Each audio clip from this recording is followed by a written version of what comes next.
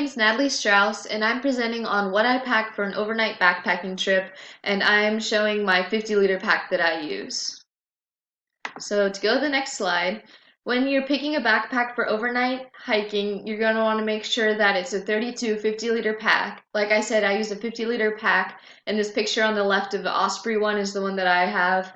But if you're more of a minimalist, you can go all the way down to a 30-liter pack. It's up to your preference. The main thing is you want to make sure that you prioritize comfort. I put this as an emphasis in the big words because that is the main thing. I've made the mistake of having an uncomfortable backpack. It's not worth it, and it's going to make the trip a lot harder. So some ways to prioritize comfort are to make sure you have a suspension system, and this just has to do with how it distributes the weight. Instead of putting it all on your shoulders, it'll help so that it's curved to fit your back, and we'll be putting some weight into your hips as well. Ventilation is another one that's an important part of comfort. It helps with all the air coming through. You don't want to get all sweaty.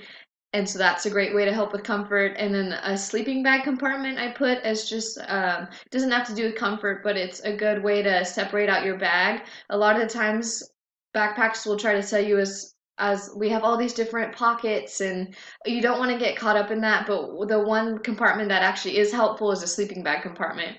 And then I put a hip pocket here with an asterisk because it's not necessary, but I do find it to be very useful, and I have a picture down here to the right of what that looks like, and it's helpful because you can put your map or your snacks or anything you need quick access to on your hike there, but it's not necessary. There are 5 different categories of items needed when you go on an overnight backpacking trip, and these are 1, shelter, 2, clothes, 3, food and water, 4, safety, and 5, accessories. So to start, we're going to go to shelter, and when you're talking about shelter, it includes your tent, your sleeping bag, and your sleeping pad. This is an exact picture of the tent that I have. It's a 2-person one. You can get it at REI. And then a sleeping pad is actually separate from a sleeping bag. I didn't know this until I did my first backpacking trip, but it goes underneath your sleeping bag, and it's to keep you off the ground, and that way the coldness in the ground isn't seeping into your bag and making you cold. So it's an extra layer to keep you warm and extra comfort too, because with all the rocks on the ground, you don't want them poking into you. And then sleeping bags, you can actually get them rated for different temperatures. So if you're going hiking in the winter, you want to make sure it's rated for less than 30 degrees. But if you're going in the summer, one rated at 30. For clothes, you're going to start with a base layer. So this would be like your underwear and bra, and then long underwear is something you wear at night, or it's also called long johns. And I put a picture here of what that looks like. And they just keep you, it's like thermal underwear, keeps you warm while you're sleeping. But when you're hiking, you're going to have your shirt, your pants, short, whatever it is. Basically, just keep in mind that you don't want to be wearing cotton. And this is because cotton's going to soak up any sweat you give off, and this will just make you really cold when the sun goes down and the wind comes up, and you don't want to get too cold. And so wool or synthetic is the best material, and I put a picture here of a synthetic shirt. Keep in mind the temperature, so if you're going hiking in winter, obviously don't wear shorts. If you're going in the summer, pants might not be what you want to wear. Mosquitoes, if you're wearing really tight clothing, it's easier for them to bite you, so I wear leggings a lot, but if I'm going on a hike that has a lot of mosquitoes, I'm going to want more looser fabric. But one thing I put here are leggings with pockets because I find them to be very useful. If you can put your phone there, or you can even put your hands in your pockets, it's really nice. And then sunlight, you also want to keep in mind. If it's really hot out, or if there's a lot of UV rays that day, you're going to want to wear like a white shirt. You don't want to wear black and attract all the sun and end up getting burnt. And like I said at the bottom, you want to keep in mind that clothing, you don't want anything that absorbs water. So then continuing on to your mid layers, a fleece top right here, or a puffy insulated jacket are going to be what you want to put on over your base layer of your shirt. And then since we live in Washington, obviously a rain jacket or even pants or like sweats are a good option as like an extra layer that you put on, especially if you're going in the fall or winter. And then I put a little extra section here of hat, gloves, or gaiters. It just depends on when you're going. You could wear, a sun hat to keep the sun off, or gloves for the winter. They like strap on over your shins or sometimes even over your foot, and it just keeps the water, keeps the mud off. The main thing is, like I said, you don't want to wear any clothes that absorb water when you're going hiking because this will just make you cold, makes it uncomfortable. You don't want to get all of your stuff wet, so you want to make sure you don't have clothes that are wet that you're going to be sitting in. Moving on to food, the first thing you're going to want is a stove and a fuel so that you can cook your food. This picture at the top is a jet boil system, but there are many different types of stoves and fuels you can get. It's totally up to your preference. The next thing is kitchen supplies. So this picture to the left at the bottom is a collapsible bowl, and this shows how collapsible you want something that's as small as possible. When you're hiking, you want to prioritize your space, your comfort, and also your weight. And so this silicone collapsible bowl is a great option. And then this spork too. You need utensils, but you don't want to carry like a metal spoon and fork and like multiple utensils. So a 2-for-1 is an awesome way to avoid extra weight.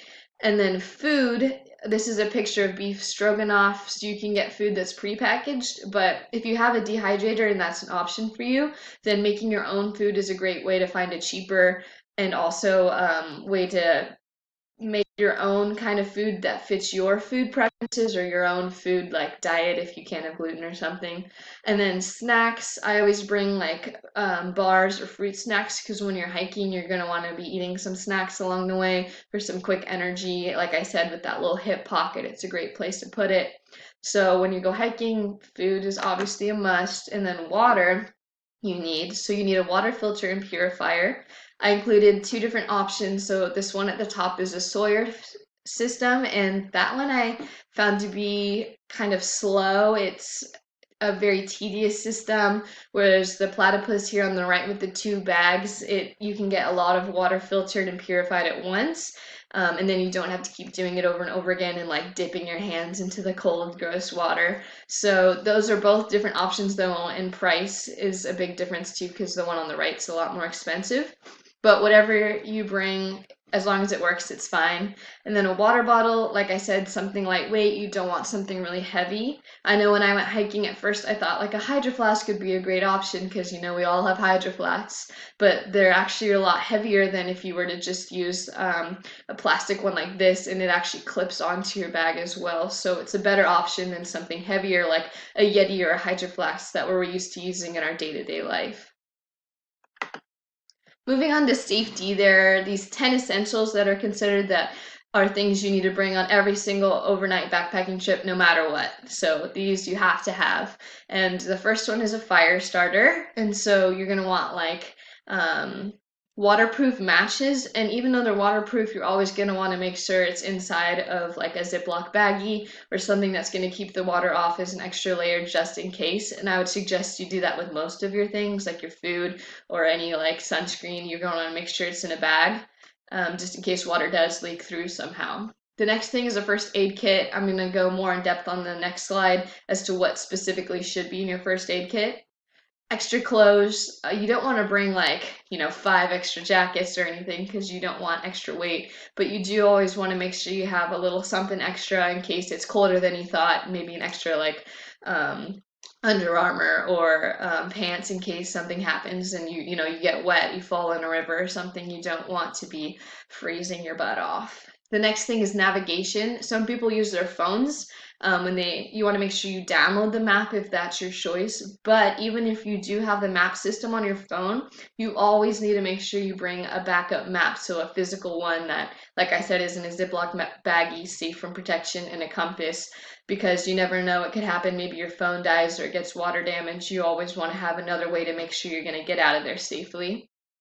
Sun protection is a must. Even in the winter, UV rays can still come through the clouds, so you're always going to want to use some sunscreen, or sometimes in the summer, sunglasses or a hat to keep the sun off is awesome too. A knife is good. Survival, just it can be used in so many different ways. A headlamp or a flashlight, this is perfect for if you need to go to the bathroom in the middle of the night, you don't want to be stumbling around in the dark, or maybe you need to look through your backpack for something. You should always have a headlamp or a flashlight. Emergency shelter is the next thing. Like I said, you have a tent. But sometimes there are emergency blankets you can have that are, you can pack them up really tight and then it pulls out and it keeps you warm in case of emergency situations.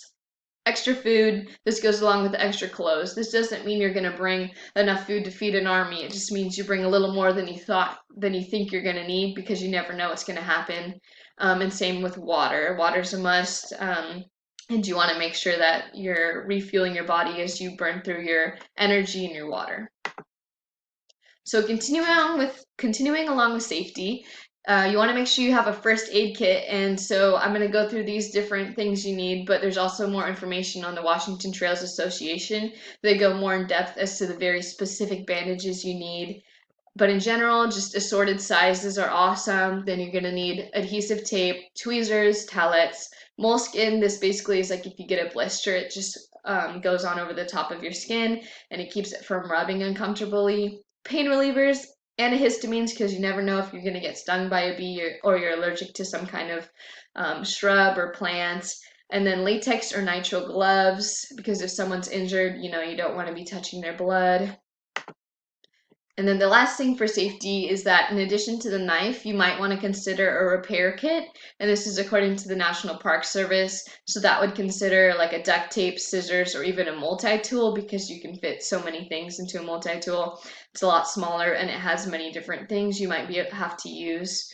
And then the National Park Service right now, because of COVID-19, is requiring that you also have a mask and a 60% or higher alcohol-based hand sanitizer if hand washing isn't available. So that's for now. And then accessories, these are just little extra things you might find yourself needing.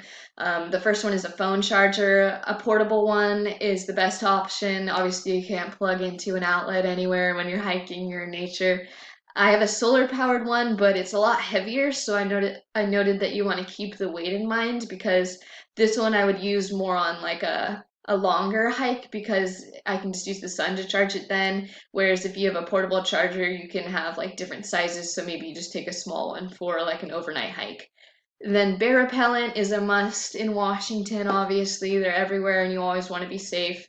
And then a field guide is totally up to your discretion. I put a picture of one here on the right. It's a rocks and minerals one that I have that's really useful. But you can have any kind of field guide. It basically just helps you identify things along your hike. So like if you want to learn more about the plants around you, or like animals, or like the birds, and it just helps you identify and note what they are. But it can be heavy or light. It just depends on what you get and if you even want to bring one at all. So I hope this has been helpful, and I hope you consider going backpacking, and that if you do, that this tells you exactly what you need in the 5 different categories. Thank you and have a great day.